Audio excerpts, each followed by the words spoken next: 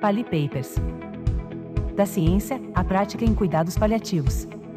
Acesse nossas redes sociais e nos siga em @pali.papers no Instagram e no YouTube.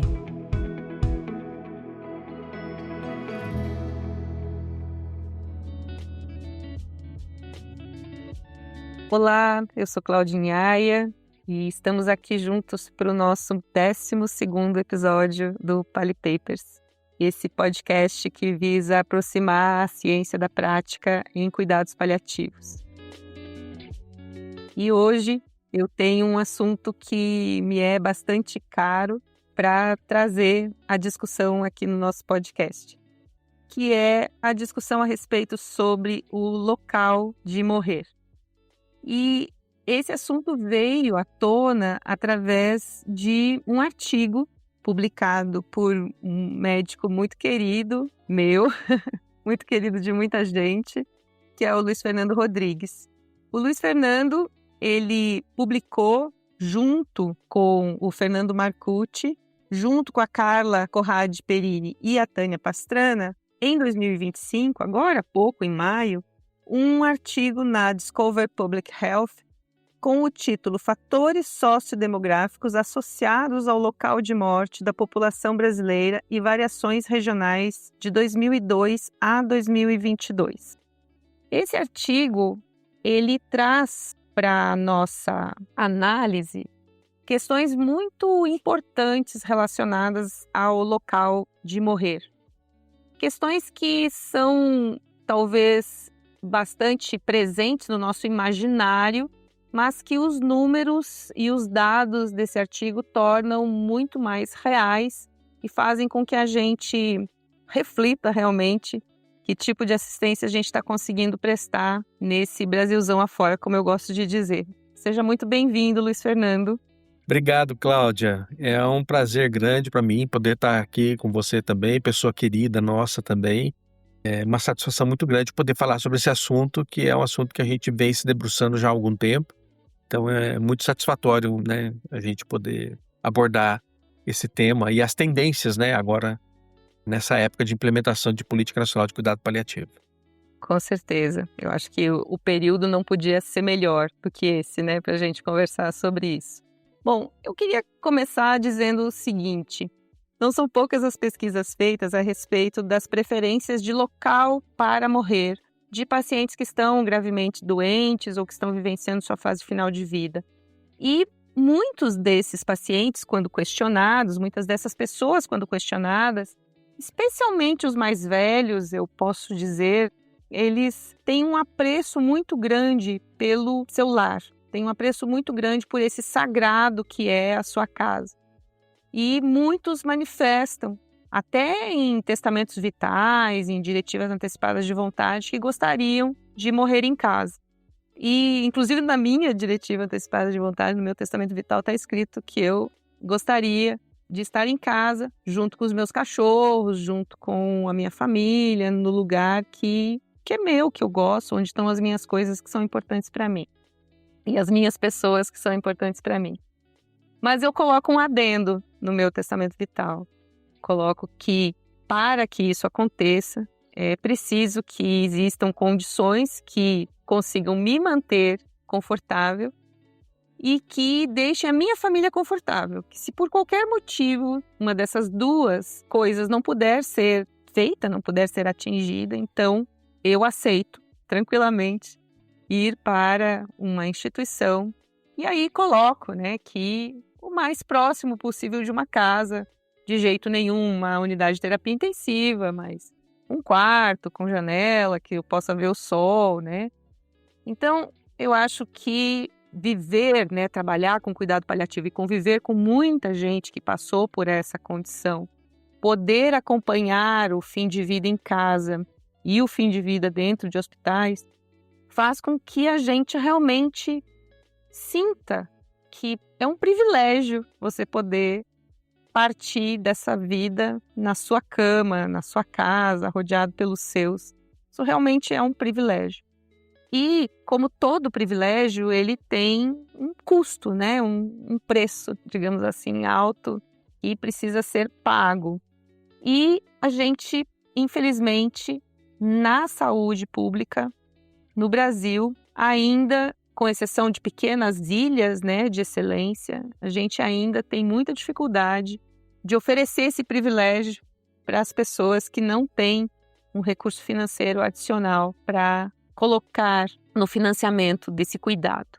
Então, quando a gente lê o artigo do Luiz Fernando e vê uma taxa de mortalidade domiciliar em regiões brasileiras como Norte, Nordeste, taxas altas de mortalidade domiciliar, a gente fica se perguntando, tem alguma coisa errada aí, né? E à medida que você vai lendo o artigo, você vai entendendo.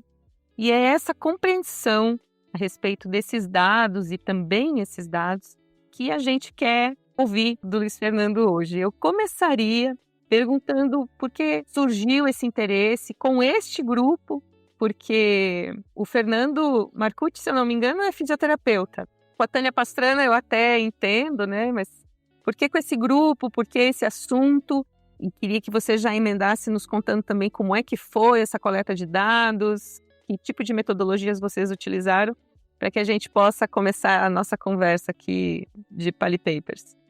Legal, Cláudia. Nossa, só aí você já trouxe uma série de questões, né? A diretiva antecipada de vontade, o atendimento domiciliar, as questões envolvidas no lugar de morrer, né? As questões socioeconômicas. E eu estava refletindo aqui, né, sobre essas questões todas que a gente vinha conversando, e eu lembro daquela publicação do The Lancet, Bring Death Again to Life, uma coisa assim, né, de 2020, onde eles colocam os determinantes da morte, né, e os vários determinantes socioculturais, econômicos, religiosos, familiares. Então, são vários aspectos que envolvem como as pessoas adoecem, como elas morrem e o que é feito com o corpo delas, né, depois que elas morrem. Só nessa introdução a gente podia fazer meia dúzia de podcasts aí sobre esses temas. Mas o que levou a gente foi que eu já há algum tempo eu me interesso por esse tema da questão do óbito no domicílio, porque como eu trabalho em atendimento domiciliar e a gente incentiva muito e eu coloco para a nossa equipe, olha, a nossa meta é óbito em casa. Só que a gente se frustra muito pela característica do nosso serviço aqui, que a gente cuida de uma região de aproximadamente 8.000 quilômetros quadrados, são 18 municípios, uma população de 500 mil habitantes, mais ou menos, distribuídas nessa região, com uma única equipe, um único automóvel, né? Então, várias limitações. Então, é difícil conseguir o óbito em casa. E aí, comecei a ler vários artigos que falavam, né, de como que as pessoas morrem em casa, os fatores que influenciam, vários trabalhos da Irene Higginson, com a Bárbara Gomes e outros pesquisadores ao redor do mundo aí.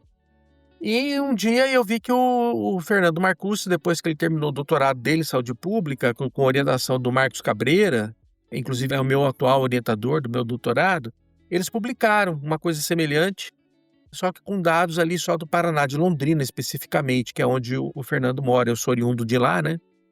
E aí aquilo, vou chamar o Fernando, vamos ver se ele fez agora ele tem um pouco do know-how, e eu vi que ele usava o sistema de informação e mortalidade do DataSUS, que é um banco de dados que está aberto, as pessoas podem entrar lá, fazer os cruzamentos, tem que ter paciência enfim, e saber mexer no Tabnet, né, que é o programa que o DataSUS usa. E aí eu propus para ele, Fernando, vamos fazer uma análise aí da mortalidade no Brasil, como é que tem se comportado, principalmente na questão do óbito no domicílio, e aí a gente fazer umas comparações, né, enfim. E aí a gente começou, né, fizemos, tá, não sei o quê, enfim. Nesse meio tempo, a Tânia Pastrana estava também fazendo alguma coisa nesse sentido, e eu acho que foi no Congresso do Chile, se eu não me engano, que a gente se encontrou, e ela falou que estava fazendo isso. Eu falei, Fernando Marcucci, ela não conhecia o Fernando ainda. Aí eu falei, eu tenho interesse nessa área, e ela já tinha terminado o primeiro trabalho lá. Acho que ela lembrou disso, e aí, enfim, a gente começou a conversar, mas ficou assim no limbo, né? A gente não conectou as coisas no primeiro momento, né? E aí eu falei, Fernando, vamos fazer isso daí? Vamos? Aí tá, fizemos, aí pedimos a opinião dela no final das contas. Olha, você que está estudando, você que tá, né, já fez algumas coisas, o que você acha desse... Aí eu dei umas opiniões lá, e aí a gente tentou publicar. A gente tentou publicar e publicar tanto no Brasil como fora não está mais uma coisa tão simples assim, né? Os periódicos estão cada vez mais exigentes em termos metodológicos, em termos de... Não só os éticos sempre foram, né? Exigentes, mas as questões metodológicas. Então, hoje em dia, não dá mais para você fazer um levantamento de dados no meu serviço e fazer a frequência de quantas pessoas chegaram com dor e quanto. Isso era um tipo de trabalho que tinha muito no passado. Você conseguia publicar facilmente, sem grandes metodologias estatísticas. E as revistas estão se refinando, né? O que eu acho interessante por um lado, mas por outro lado, as pessoas que querem publicar, que têm dados, coisas interessantes que estão enxergando nos seus serviços, para começar, né, os pesquisadores júniores, vamos dizer assim, a gente acaba encontrando um pouco de dificuldade. Então a gente se frustrou. Aí beleza.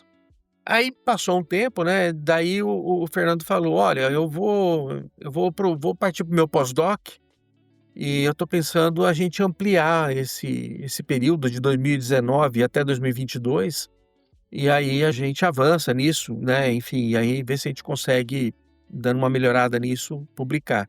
E a Carla Corradi, você perguntou como, por que esse grupo, né? Aí nós conversamos com a Tânia, nós trouxemos ela, olha, a gente gostaria que você participasse, né? Pela tua experiência, tudo, tá, não sei o quê. E a Carla Corradi como orientadora do Fernando no pós-doc. Então, o Fernando ele tem um mérito bastante grande aí também, né? Na confecção dessa publicação. Então, foi assim que a gente chegou, né? Nesse grupo. Agora, a respeito dos números, né? De fato, a gente começou a olhar e a gente começou a ver em alguns lugares uma porcentagem um pouco, porque a média nossa do Brasil tem sido em torno ali dos 19% a 22%, mais ou menos, em termos gerais, assim, né? Mais ou menos isso. E a gente percebia que Norte e Nordeste, principalmente Maranhão, Piauí, que a gente daí fez o recorte por estado, inclusive, a gente tinha feito, sabe? E a gente percebe Maranhão, Piauí, Rio Grande do Norte, Sergipe, eles acabavam tendo os números maiores. A gente olhava e falava assim, escuta, eu acho que isso aqui não é porque a qualidade de morte da gente já estava vendo o número, né? E a gente não estava avaliando qualidade de cuidado. Esses números não avaliam qualidade de cuidado. Então a gente ficava se perguntando, e a gente ficava, olha, provavelmente, e aí cruzando, por exemplo, com o IDH, e esse foi o primeiro recorte importante nesse trabalho que nós fizemos, então a gente percebeu, nas regiões com IDH um pouco mais baixo, o óbito em casa estava um pouco mais alto. Então aí você começa a pensar, né, questões de acessibilidade, na verdade, a hospitais e tudo. Então, e os outros recortes, já estou me adiantando falando dos dados, já você não chegou ainda aí, mas só para justificar alguma, acho que a gente pode voltar depois, né? Mas a gente vê os dados de sul-sudeste, população branca, mais jovem e com nível de educação maior, com mais anos de estudo, morre mais de hospital.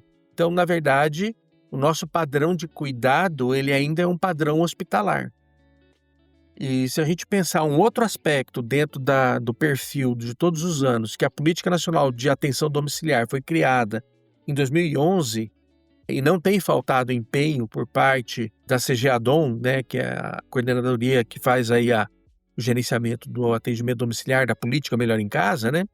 Não está faltando empenho por parte deles, incentivo, né, criação de equipes e tudo mais. Mas você vê um discreto aumento assim no óbito domiciliar a nível geral no Brasil. E a gente se pergunta, será que isso é impacto do Melhor em Casa ou é simplesmente uma resposta ao aumento populacional? Então, assim, tem várias perguntinhas novas que estão surgindo e que devem ser objeto de novas pesquisas internas nossas aqui no nosso país no futuro, né? Mas realmente a gente fica comparando aí com os outros países e a gente fica perguntando, o que está acontecendo? Então, isso chamou também a nossa atenção.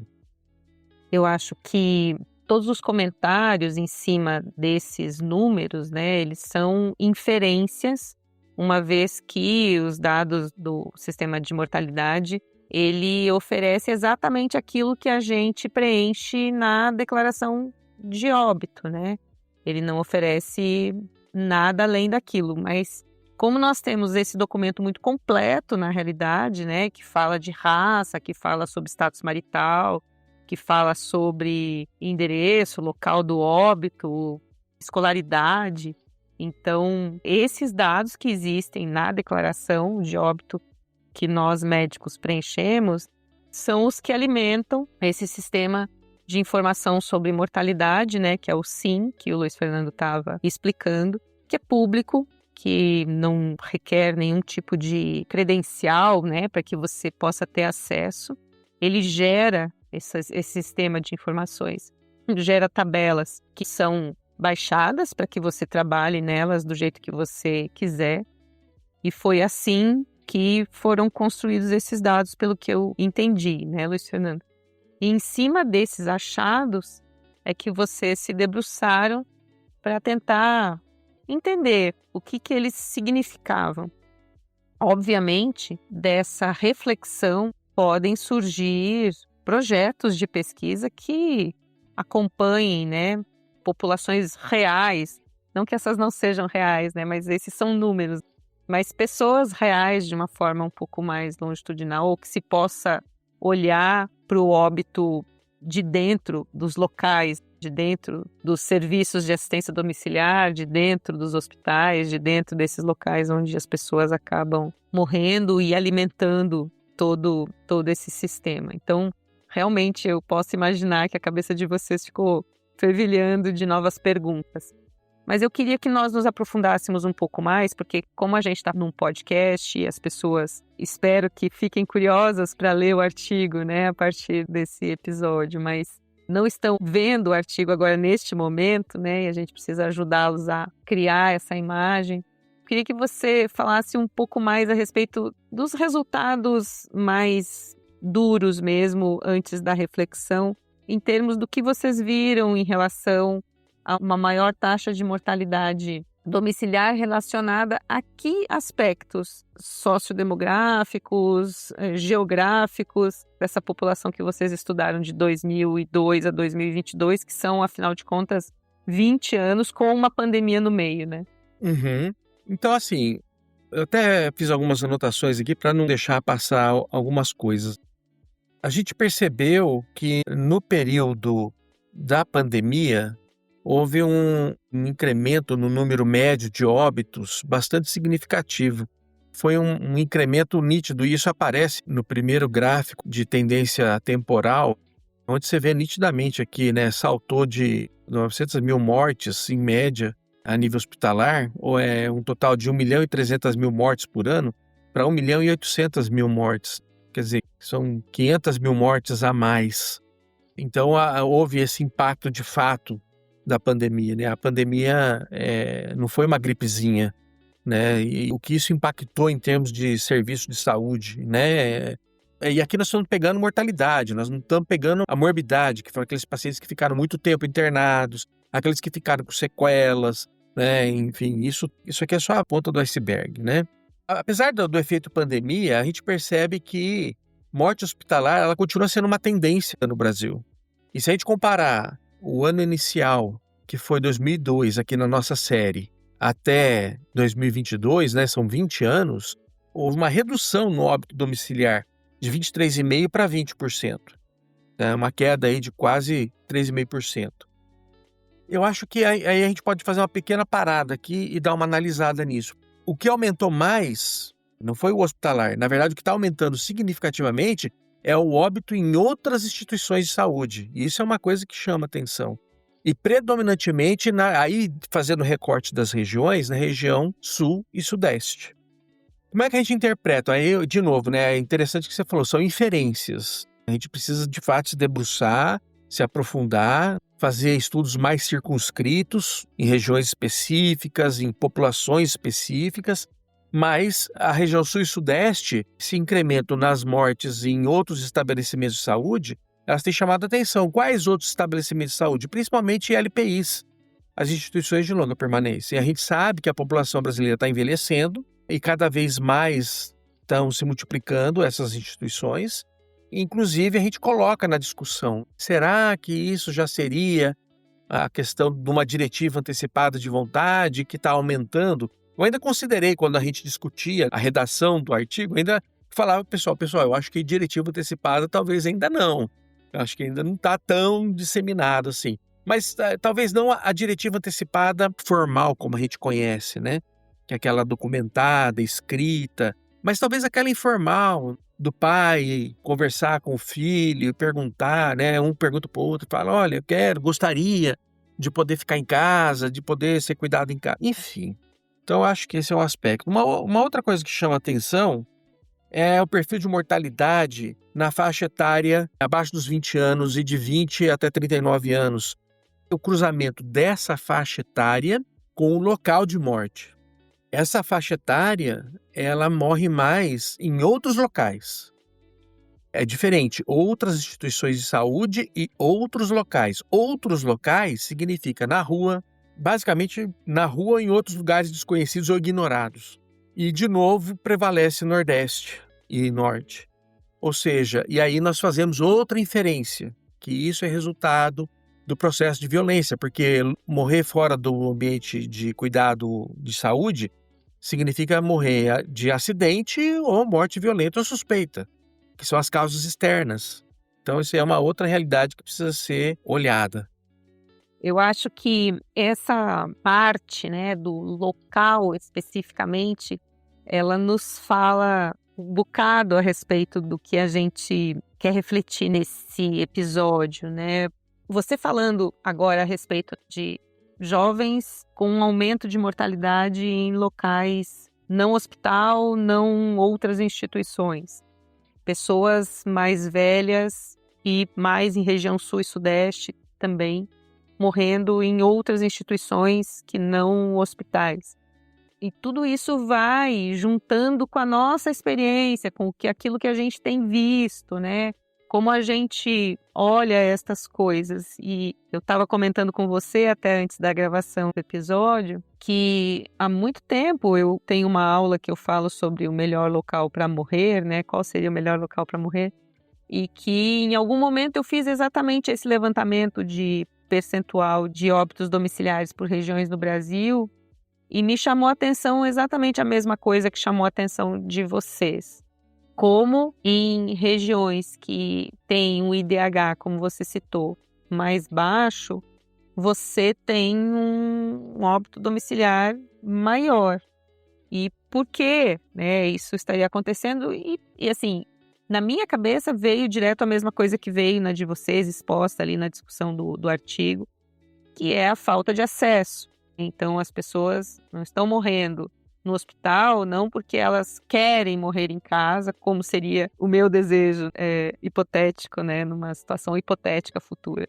Mas elas estão morrendo em casa porque elas não conseguem acesso ao hospital, ao serviço de saúde para esse cuidado.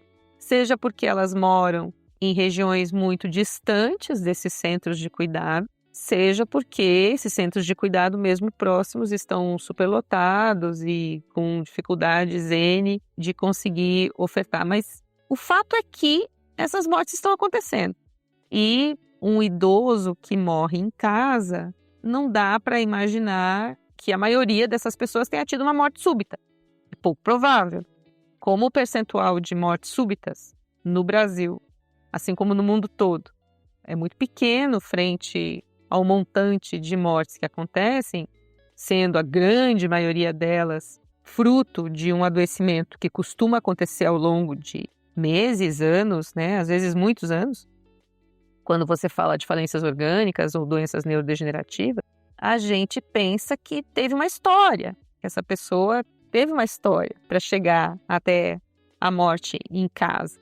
E aí você vai construindo essa narrativa na sua cabeça, né, de, bom, essa pessoa morreu, ela tinha uma doença crônica, como que ela acabou morrendo em casa? Será que ela não teve oportunidade ao longo dessa trajetória inteira dela de ter construído algo que permitisse que ela se preparasse para esse momento e talvez, tendo se preparado, que pudesse estar no lugar onde ela realmente quisesse estar?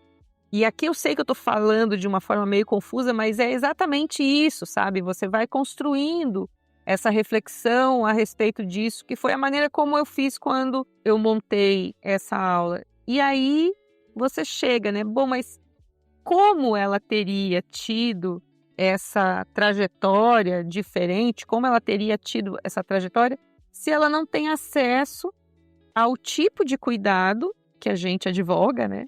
Que seria a forma, a estratégia, né, para que ela mudasse essa conversa. E aí, vocês no artigo reforçam outros aspectos que eu acho que você ia falar na sequência, de vulnerabilidade social, que compõem, junto com o IDH, junto com a localização, outros aspectos que fortalecem essa narrativa de que essas pessoas realmente elas estão morrendo em casa porque elas têm pouco acesso, porque historicamente a gente sabe que essas comunidades com essas vulnerabilidades elas têm menos acesso.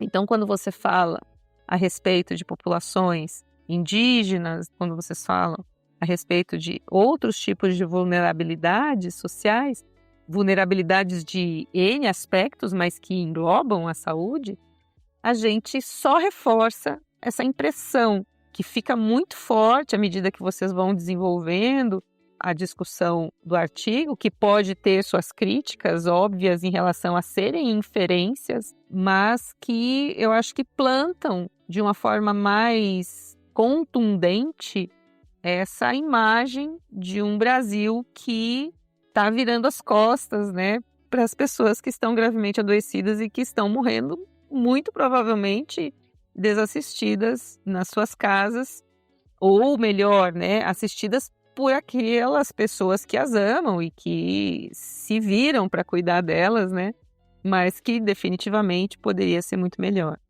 E quando você fala disso, eu quero fazer aqui um resgate histórico, que é uma informação que eu acho que é importante a gente ter, porque a gente tem no Brasil, eu acho que esse é um pano de fundo importante, que acho que explica e vai de encontro a isso que você está falando. Que a gente tem aqui uma cultura hospitalocêntrica, médico-cêntrica. Ou seja, tudo na área da saúde depende do hospital e do médico. Sim, uma fala grosseira e linear, superficial. Mas a grosso modo é isso, a maioria busca hospital e a maioria busca resolver as coisas com o médico. É importante a gente fazer esse resgate histórico da saúde pública. Isso advém do movimento que foi feito na década de 70, quando estava se consolidando o então INPS, onde a gente ainda tinha os Institutos de Aposentadoria e Pensão, as IAPs, hoje correspondente aos planos autogeridos, né? O Ministério da Saúde de então, ele fez um movimento para poder incentivar a assistência à saúde, era essa visão que se tinha, e o Ministério ele financiou fortemente a construção de hospitais nos municípios de pequeno porte e de médio porte. Brasil afora, a fundo perdido.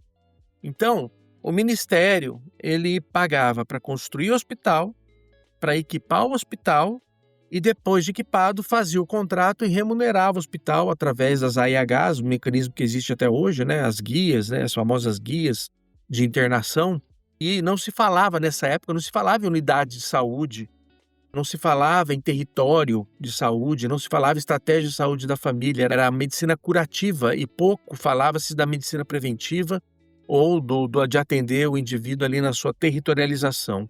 Eu acho que esse é um primeiro aspecto, que criou essa cultura de se buscar tudo no hospital. Então, com uma cultura que hoje tudo se busca no hospital, então é natural que quando eu passe mal, quando eu estou com algum problema, eu vá buscar resolver essas coisas no hospital. Então, a busca pelo hospital significa uma boa qualidade de saúde, entre aspas. Embora, óbvio, que os estudiosos do SUS, né, quem se aprofunda mais, entenda que não é assim. Mas, grosso modo, e eu acho que os nossos dados mostram um pouco disso, quer dizer, quem tem mais acesso acaba morrendo mais no hospital, porque então acaba acreditando que no hospital é lá que o cuidado é melhor. O outro aspecto que vem nisso é que, dentro dessa mesma cultura, os hospitais eles foram sendo construídos e o sistema foi sendo solidificado para cuidar de doenças agudas. Só que a gente está vivendo a transição demográfica. Faz anos já, as primeiras vezes, logo que eu concluí a minha formação em cuidado paliativo com o Pallium, os argumentos que nós tínhamos, eles não se modificaram muito. Na verdade, só agora estamos encarando a situação. Estou falando de coisas de 25 anos atrás. A gente falava, a população está envelhecendo. Em 2050, nós vamos ser 30% de idosos, pacientes acima de 60 anos. Ou seja, a gente está lidando mais com condições crônicas e o sistema insiste ainda em valorizar mais o cuidado do agudo. Então, quando a gente fala de hospital, nós estamos falando de cuidado agudo. Quando a gente fala de domicílio, e você trouxe isso no teu argumento, a gente está falando do cuidado prolongado. O cuidado na casa prolongado e um planejamento de cuidado, inclusive para o final da vida. Então, acho que tem esses dois aspectos culturais que ainda forçam muito e faz com que o padrão seja o cuidado. Agora, quando você traz as populações vulneráveis, brancos têm 1,2% a mais de chance de morrer no hospital. Se a gente parte do pressuposto que hospital significa o acesso, então é isso que está acontecendo. Os brancos têm 1,2 vezes mais de chance de falecer no hospital do que os não brancos. E os negros têm menos chance ainda. Então, essa questão da acessibilidade, essa questão da desigualdade, da inequidade social que nós enfrentamos, então, dentro de um padrão que foi criado ao longo dos anos, onde cuidado hospitalar ainda é considerado um cuidado de qualidade, então, nessa perspectiva, aí as populações vulneradas, elas realmente acabam sofrendo. E aí vem o cuidado paliativo, né? Dentro dessa cultura, desse cenário, desse pano de fundo todo, para defender a volta do óbito em casa.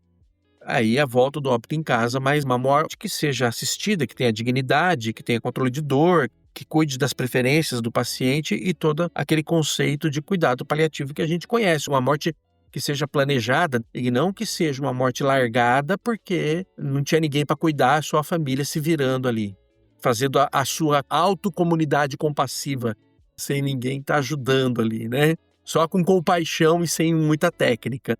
Então, acho que é esse cenário aí que a gente está vivendo atualmente.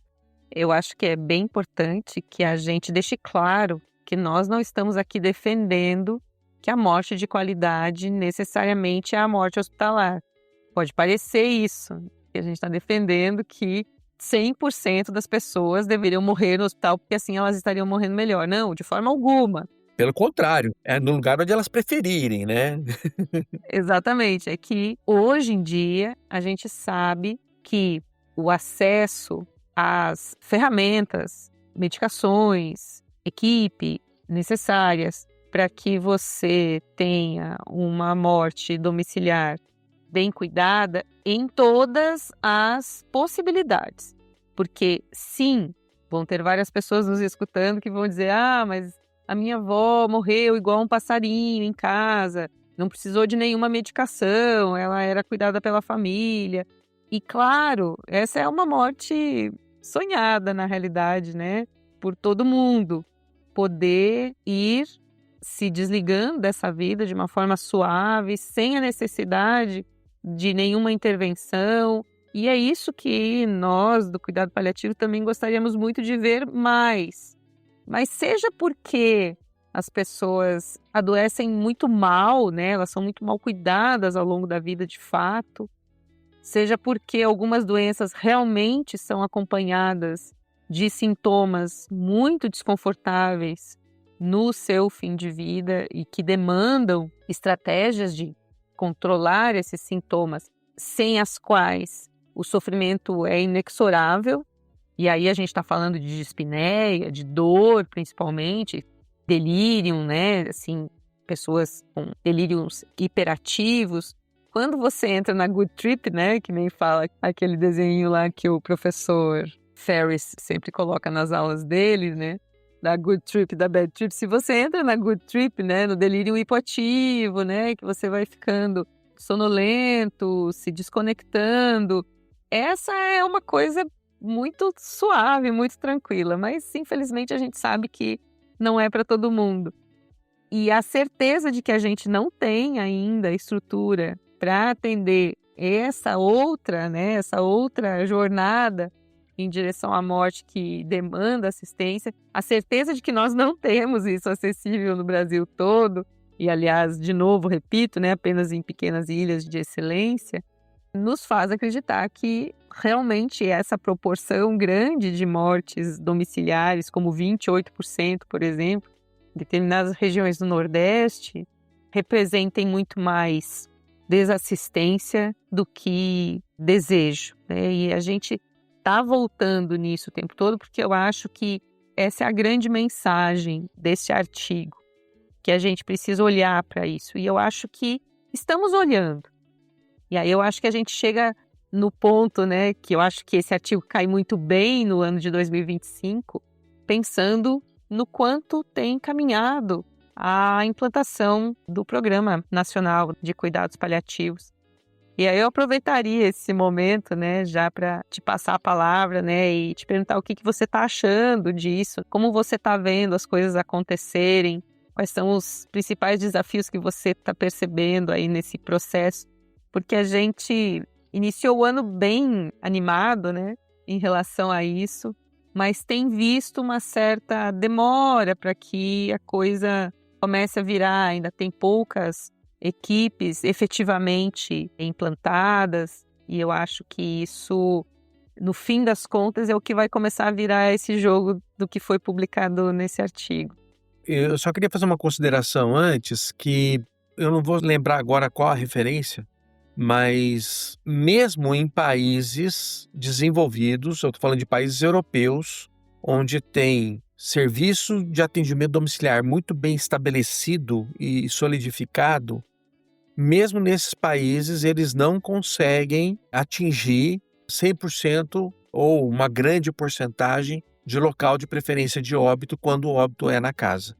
Os estudos europeus mostram que a população europeia, 80% a 85% querem falecer em casa, mas menos de 50% conseguem.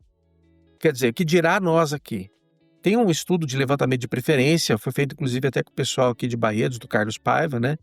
Que mostrou proporções semelhantes aí, mas não se alcança.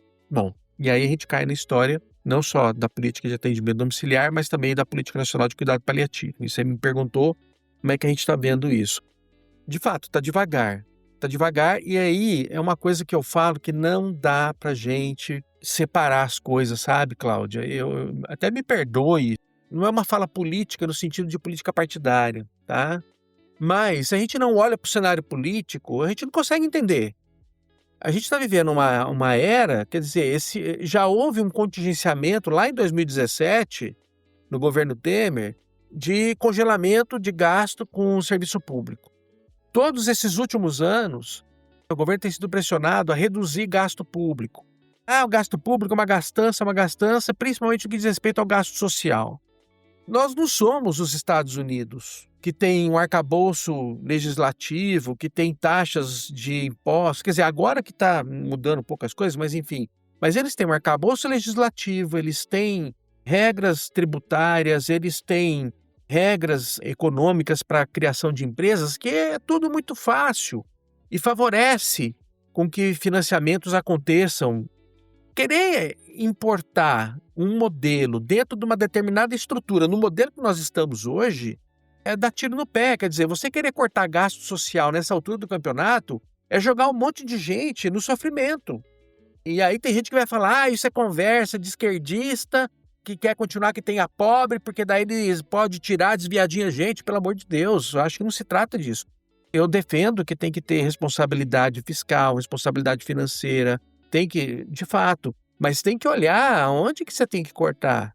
E justa educação e saúde, aí depois de todos esses anos, agora esse ano corta mais 50 bilhões, só da saúde. Ainda ontem eu estava assistindo televisão e teve aquela reunião, né, do ministro da Fazenda com a Câmara, com o Senado, eles tentando definir a questão das tributações e tudo, de renúncia fiscal no Brasil, gente que não paga imposto por condescendência do governo, chega a quase 600 bilhões de reais. Aí nem foi o Haddad que falou, foi o presidente do Senado, Davi Alcolumbre, que falou. Ele falou assim, olha, se somar o orçamento da saúde e o orçamento da educação, não dá essa renúncia de 800 bilhões. Quer dizer, tem um monte de gente deixando de pagar imposto e a saúde e a educação sofrendo. Por que eu estou dizendo isso? Porque, de fato, ainda não teve a habilitação das equipes, porque está esse imbróglio aí da questão do financiamento da saúde. Quer dizer, foi feito um orçamento, se previu aí 800 milhões para poder financiar as equipes matriciais e assistenciais, só que está travado o negócio, o orçamento não anda. Bom, enfim, ou então o governo está fazendo uma jogada política, porque ano que vem, ano eleitoral, e ano que vem eles pegam e abrem a torneira, enfim, não sei. Isso para falar só do aspecto político-econômico. O outro entrave que eu tenho sentido, né, a gente conversa, a gente vê comentários nas redes onde a gente participa, os grupos, e movimentos às nossas voltas aqui, é que os paliativistas não entendem como funciona o serviço público e não sabem se movimentar. O gestor deixar por conta dos gestores que assumiram agora, bom, se bem que os estaduais já estão há 2 anos e os municipais estão há poucos meses. A equipe assistencial é de gestão municipal, a equipe matricial é de gestão estadual. Então precisa ter um pouco de iniciativa dos profissionais. Aí você tem, né, uma carência de massa crítica de gente, de paliativista. Os paliativistas estão aqui voltados para dentro das suas bolhas do cuidado paliativo. E você tem todo um modus operandi próprio da administração pública que você tem que aprender a fazer articulações. Saber com quem conversar, tem que saber como que você negocia, como é que você ajeita, como é que você vai estruturando isso. Então, assim, por exemplo, aqui em Barretos, saiu a política no dia seguinte a gente começou uma organização interna. Fizemos a organização interna, fomos buscar a regional de saúde. Estava na época eleitoral. Então não adianta mexer com o município agora, vamos buscar só conversar sobre a matricial. Conversa com a regional de saúde é representante do Estado. O Estado está se movimentando, está tendo um movimento aí em São Paulo, que alguns colegas estão fazendo, que é uma coisa é o Estado, outra coisa é o município de São Paulo, outra coisa é o Estado de São Paulo, né? Então, são aspectos diferentes e as pessoas precisam compreender que você tem que conversar, você não pode ter ansiedade. O tempo político não é o mesmo tempo da nossa ansiedade, do nosso raciocínio. Então você quer que a coisa aconteça amanhã. Só que o secretário de saúde, o coordenador da atenção básica, o coordenador da atenção especializada, eles têm que conversar, eles têm que ver como é que a coisa vai andar, eles têm que saber, eles têm que se apropriar disso. Então as coisas têm seu tempo. Então eu vejo esses 2 aspectos. E tem um terceiro aspecto, né, que talvez, não sei o quanto que isso está impactando também, e que existe uma preocupação grande do Ministério em relação a isso, é dos oportunistas, né? É aquele município que olha ali só uma oportunidade de poder botar mais grana no orçamento do município, porque está faltando grana para tanta coisa. Então, tem esse projeto aqui, não sei o que é, paliativo? O que é esse negócio aqui? Pega aí, pega um médico, uma enfermeira, né? Você faz um grupinho aí, a gente faz o papel, manda lá, o Ministério aprova e a gente ganha os R$60 mil por mês, 70, depende da equipe que vai ser formada. Então tem essa questão do oportunismo também, que é outro problema, daí de viabilizar mesmo a política séria. Enfim, então são vários aspectos, né? Então você vê que isso que a gente está lidando é uma coisa mais complexa, né? Quando a gente fala, para chegar nisso, num óbito em casa, de acordo com a preferência do paciente, com conforto, com a sua dor aliviada, né? E sem contar assim, Cláudia, as diferenças também entre as doenças. Tem doenças que vão trazer uma carga de sintomas específica e maior. Então, o perfil de sintoma do câncer é uma, o perfil de sintoma da demência é outro. E cada uma permite que vai entrar em determinada rota, como você falou, né, do Frank Ferris, cada uma vai entrar de uma forma diferente. Eu acho que quando você fala a respeito de fazer saúde pública no Brasil, fazer saúde para uma população que não é a que utiliza plano de saúde ou assistência privada, necessariamente passa pela política. Não tem jeito de você pensar diferente. Não tem jeito de você dizer assim, sentar, cruzar os seus bracinhos e dizer assim, eu sou apartidário, eu sou deste lado ou daquele lado. Não importa. Eu sou casada com uma pessoa muito de direita, né? Mas que eu sempre vivo argumentando. Eu digo assim, olha, não tem como você ter um rigor fiscal que submeta as pessoas a passar fome por 5 anos. Ou a não ter assistência a um determinado problema de saúde por 5 anos, 10 anos. Porque daqui a 10 anos, com um rigor fiscal, nós conseguiremos deixar as coisas melhores. Acontece que neste meio tempo, as pessoas fora das nossas bolhas de privilégio, elas vão morrer. Né? Elas vão desnutrir, elas vão, enfim, todas as consequências possíveis e imaginárias que não tem como você citar todas as coisas aqui, essas populações ficarão expostas. Então, não tem jeito. E também eu percebo, e aí, claro, o lado maquiavélico, né, da política, que você também não consegue fazer os cortes nos lugares onde você deveria, porque existem interesses 1000 ao redor disso que não permitem que isso aconteça. Então, é claro que a corda vai sempre estourar do lado mais fraco. Quem tem interesse maior em que você estabeleça uma política de assistência pública à saúde decente? Que ganho que isso dá? Você educar as pessoas para elas pensarem, para elas não serem facilmente manipuladas. Então, que ganho isso dá? Isso não dá nenhum ganho rápido e de longo prazo ninguém quer ver isso. Esses ciclos de 4 anos da política, eles são bons em termos de renovação, mas são muito ruins porque, de certa forma, tudo precisa ser feito e plantado e colhido naquele período. Porque o que não for plantado e colhido naquele período, ele simplesmente não é interessante, porque não vai render votos, não vai render reeleição, etc.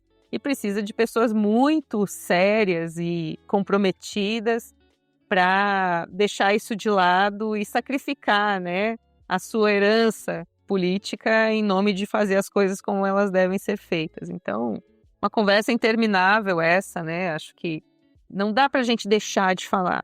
Não dá para a gente falar demais, porque também a gente não chega a lugar nenhum, infelizmente. Mas acho que você tocou em pontos importantes, porque realmente a gente não sabe como navegar no sistema. Não sabe. Poucas são as lideranças do cuidado paliativo que estão profundamente inseridas no SUS, né, e conseguem navegar. Eu acho que vocês aí em Barretos, até por transformar, né, tudo que tem aí em viável, vocês têm um know-how, né, muito maior de ir atrás das coisas, de articular, etc., porque o serviço existe em função disso, consegue oferecer mais do que o básico em função disso, em função dessa articulação toda, que não é uma realidade do resto do país e não é uma realidade para a maioria dos paliativistas também. Então, eu acho que a gente tem essa questão aí mesmo. Eu queria ir me encaminhando para o fim desse episódio, fazendo um resumo para organizar, né, os pensamentos, porque eu acho que a gente acabou navegando por diversos lugares aí ao longo dessa conversa. Então, só para organizar, né, os pensamentos, a gente está falando aqui de um artigo que usou os dados do Sistema de Informação sobre Mortalidade no Brasil, do ano de 2002 a 2022, e conseguiu identificar uma taxa de mortalidade hospitalar muito maior do que a taxa de mortalidade domiciliar no Brasil, com diferenças que sugerem que taxas maiores de mortalidade domiciliar estejam associadas a um acesso menor ou mais difícil ao sistema de saúde. Essa é uma inferência que foi bastante discutida e bastante embasada dentro do artigo, né? Recomendo que todo mundo leia. E que, no nosso entendimento, que eu e o Luiz Fernando conversando, e nós concordamos nisso, né? E que a mudança disso passa necessariamente por uma melhor assistência domiciliar para que você consiga oferecer o cuidado necessário que permita que uma pessoa possa escolher se ela quer ficar em casa ou se ela quer ir para o hospital no momento em que ela esteja vivenciando um grave adoecimento ou um adoecimento que possa tirar a sua vida e que ela possa ter esse privilégio, como eu disse no começo, de poder morrer em casa se assim ela quiser. Morrer em casa é cheio de desafios e não é para qualquer um, mesmo com todos os cuidados. Mesmo com todos os cuidados, nem sempre vai ser possível. Existem algumas barreiras, como sintomas muito difíceis de controlar, situações que realmente o paciente só consegue ficar confortável com recursos que só existem dentro do hospital, situações sociais e emocionais que inviabilizam muitas vezes que essa morte aconteça dentro da casa. Crianças pequenas podem conviver bem ou não com isso. Sobreviventes que vão continuar morando naquela casa podem viver bem ou não com isso. Então, é um assunto complexo. Não é simplesmente, eu quero morrer em casa, então vou me sentar aqui e a morte virá. Mas, de novo, construir um sistema de saúde que permita que as pessoas possam fazer essas escolhas passa necessariamente pela ampliação do cuidado paliativo, tanto dentro dos hospitais quanto fora deles, numa linha de cuidado, na realidade, né, numa rede de cuidados que possa atingir as pessoas e atingir elas no local onde é o mais óbvio, que é na comunidade.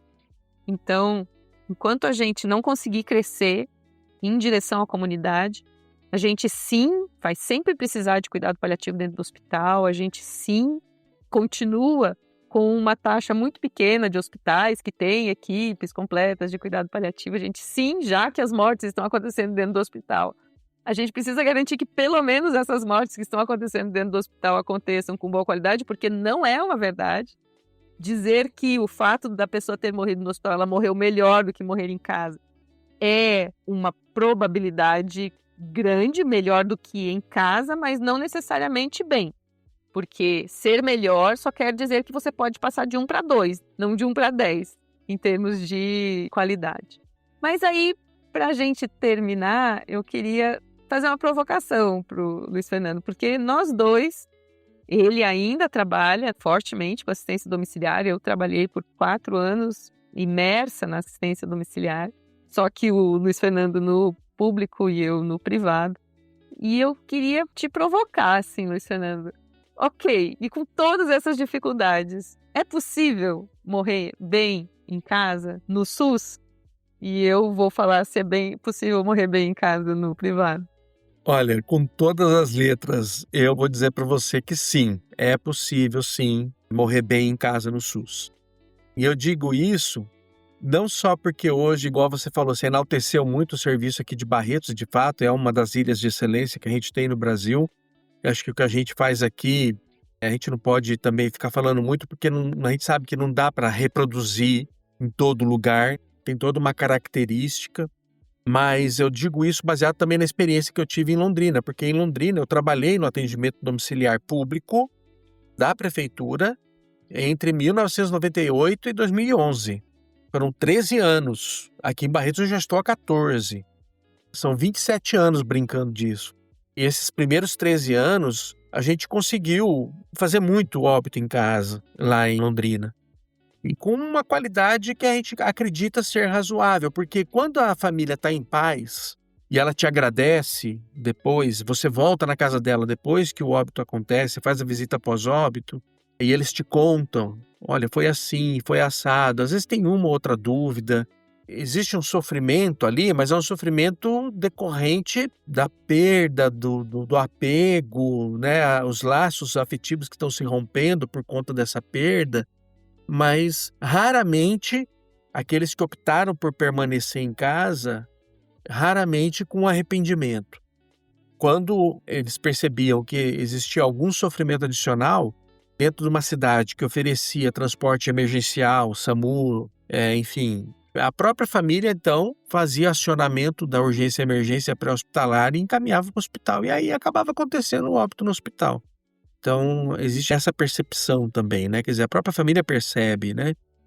Ou então, quando nós conversávamos de forma antecipada e, por alguma razão, os familiares e o próprio paciente afirmavam que não queriam permanecer em casa. Não, isso vai trazer sofrimento, lembranças, isso, aquilo, e aí a gente acabava hospitalizando antes que o óbito acontecesse. Nós combinávamos. Se a gente tiver condição de poder nos comunicar e dizer a vocês, olha, está chegando a hora, quando começam aqueles sintomas do início do processo ativo de morte, então a gente sinalizava e aí a família poderia também se organizar nessa perspectiva. Então, assim, é possível sim. Claro que depende da estrutura que você tem de atendimento domiciliar, depende de uma série de fatores, mas é possível. Eu acredito que é possível. Sem dúvida, acredito que é possível. No sistema de saúde suplementar e no privado, existe como infelizmente, não como uma obrigatoriedade. A Agência Nacional de Saúde não reconhece a assistência domiciliar, o home care, como uma obrigação do plano de saúde.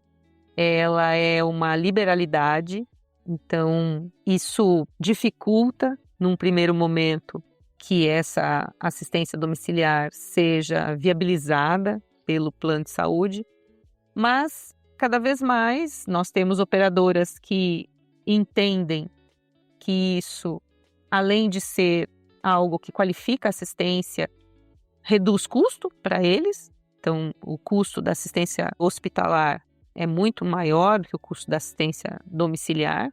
Onde a gente encontra mais problemas são nas operadoras verticalizadas, né? Onde a ociosidade de leitos faz com que o leito intra-hospitalar acabe sendo mais barato que o leito domiciliar.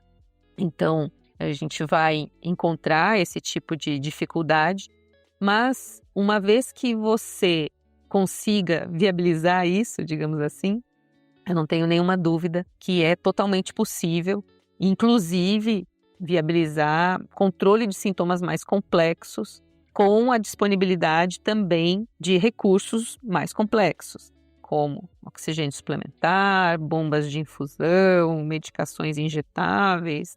A gente conta com a possibilidade do uso da hipodermóclise para a infusão da maioria dos medicamentos que podem trazer alívio de sintomas, inclusive fazer sedação paliativa em casa, se for necessário, ou o uso de opioides mais complexos. E isso traz para mim uma grande certeza, assim, de que com vontade e com o recurso, óbvio, né, adequado no sistema suplementar e na atenção privada, você consiga viabilizar. Início eu trabalhei por muitos anos e eu não tenho nenhuma dúvida disso. E me surpreende, sabe, Luiz Fernando, porque estas pessoas que teriam condição de viabilizar completamente esse cuidado, muitas vezes abrem mão disso em nome de uma super segurança que é plantada na cabeça delas por profissionais hospitalocêntricos que não entendem a assistência domiciliar. Então, na melhor das intenções, um titular, o profissional que vem acompanhando esse paciente no ambulatório, no seu consultório e depois no hospital, ele não favorece esse cuidado domiciliar porque ele não sabe o que é possível fazer na assistência domiciliar. E fica aí o convite para quem nunca trabalhou na assistência domiciliar, para que explore esse mundo da assistência domiciliar, porque ele é capaz de muita coisa. E ele é capaz de muita coisa não apenas pela técnica ou pelos recursos, mas ele é capaz de muita coisa porque o que acontece dentro da casa de uma pessoa não acontece em nenhum outro lugar. O tanto de favorecimento para o bem-estar que existe nesse sagrado, né? Nesse convívio, na possibilidade de não viver só a doença, de poder virar as costas, entrar na cozinha e fazer um pão e fazer um café, e rir e botar o cachorro em cima e o gato, galinha, papagaio, enfim. É uma função, né? A assistência domiciliar é uma função, porque você não entra na casa das pessoas para transformar a casa das pessoas no ambiente ideal de cuidado que você imagina que deveria existir. Não. Você entra na casa das pessoas para cuidar das pessoas naquela casa, com aquela estrutura, com aquelas pessoas. Então é você quem tem que ir saber navegar por dentro deste lugar. E eu fico sempre muito feliz que publicações tragam o olhar sobre essa assistência domiciliar que é tão cara para mim e que eu espero que ao longo do tempo realmente floresça aí nesse país afora com toda essa mobilização de comunidades compassivas, de Plano Nacional de Cuidados Paliativos, enfim, que a gente cresça. Te devolvo a palavra, Luiz Fernando, para fazer suas últimas considerações, para a gente encerrar o episódio. Eu só tenho a agradecer a oportunidade de poder debater esse tema, que ele acaba sendo disparador, né, para tudo que nós conversamos aqui. Conversamos sobre a assistência, nós conversamos sobre as dimensões sociais, né, da nossa população, sobre a política, sobre o financiamento, sobre as perspectivas diferentes, né? Eu acho que deu para a gente fazer um apanhado geral e ficar claro para quem está nos ouvindo que as intervenções de saúde são complexas e elas não podem ser discutidas de forma superficial e linear, né? A gente precisa fazer os recortes e a gente precisa levar em consideração múltiplos aspectos, inclusive os históricos, para poder ter a compreensão de por que nós estamos organizados dessa forma hoje e por que é necessário que a gente recrie pensamentos, atitudes, espaços e novos olhares, novas compreensões, porque são tempos desafiadores. para uma transição demográfica bastante importante e, na minha perspectiva, não vai adiantar você ficar cortando gastos para querer construir mais hospitais, porque acho que não é essa a resposta que a gente tem que dar para o envelhecimento populacional e para a prevalência das doenças crônicas. O brasileiro é criativo para tanta coisa, tem essa fama aí ao redor do mundo, e eu acho que isso precisa ser colocado em pauta também, essa nossa criatividade para essas inovações, né? E você falou da não necessidade de transformar o domicílio em alguma coisa. O professor Emerson Henrique fala, né? O domicílio, ele é um lugar de criações, de adaptações. Ele usa outros termos, né, muito próprios dele, mas que nos convida a essa nova atitude.